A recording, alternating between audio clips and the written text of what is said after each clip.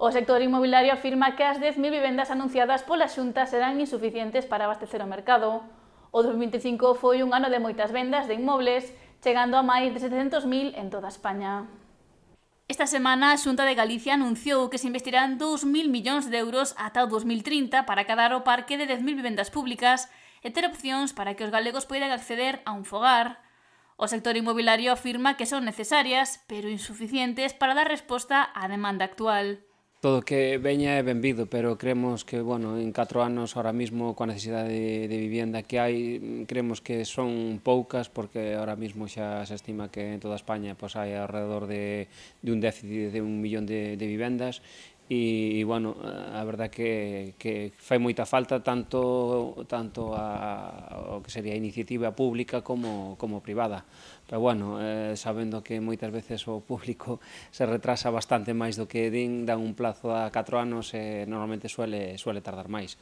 Polos primeiros datos coñecidos, non hai previsión de que parte destas vivendas públicas se levanten na comarca do Barbanza. Sen embargo, si hai necesidade de contar con nova construción.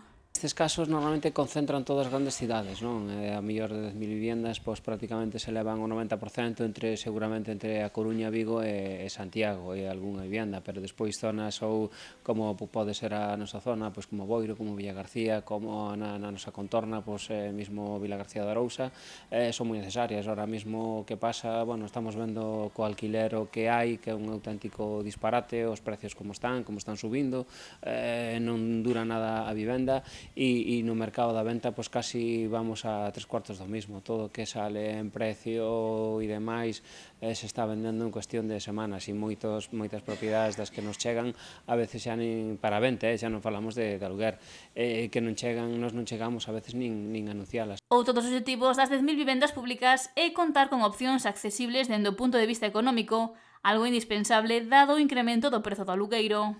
Está pasando a subida de precios e demais é porque non hai oferta no mercado, e lévase anos pedindo desde diversos sectores, de diversas asociacións, de federacións e demais, que isto probablemente que iba a pasar, non?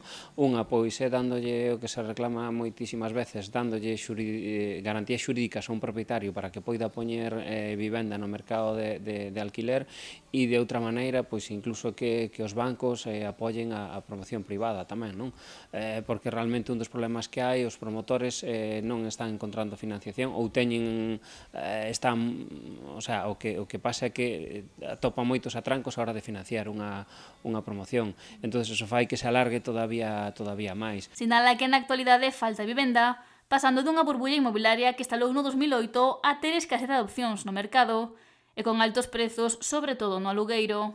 Que realmente, se nos din fai 5 anos, casi isto nos parecería un disparate, pero está pasando, e realmente os niveles que temos ahora mismo están en torno este ano, o ano 2025, a falta do cierre do cuarto trimestre do Instituto Nacional de Estadística, van dar cerca das 700.000 viviendas vendidas en toda España.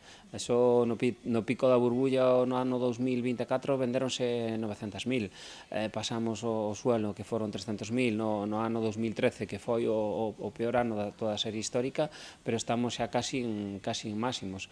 A población sigue crecendo, está vindo xente de fora, e a verdade que temos un problema gordo xa, e vaise e como non se lle poñe solución rápido, o problema vai a seguir engordando.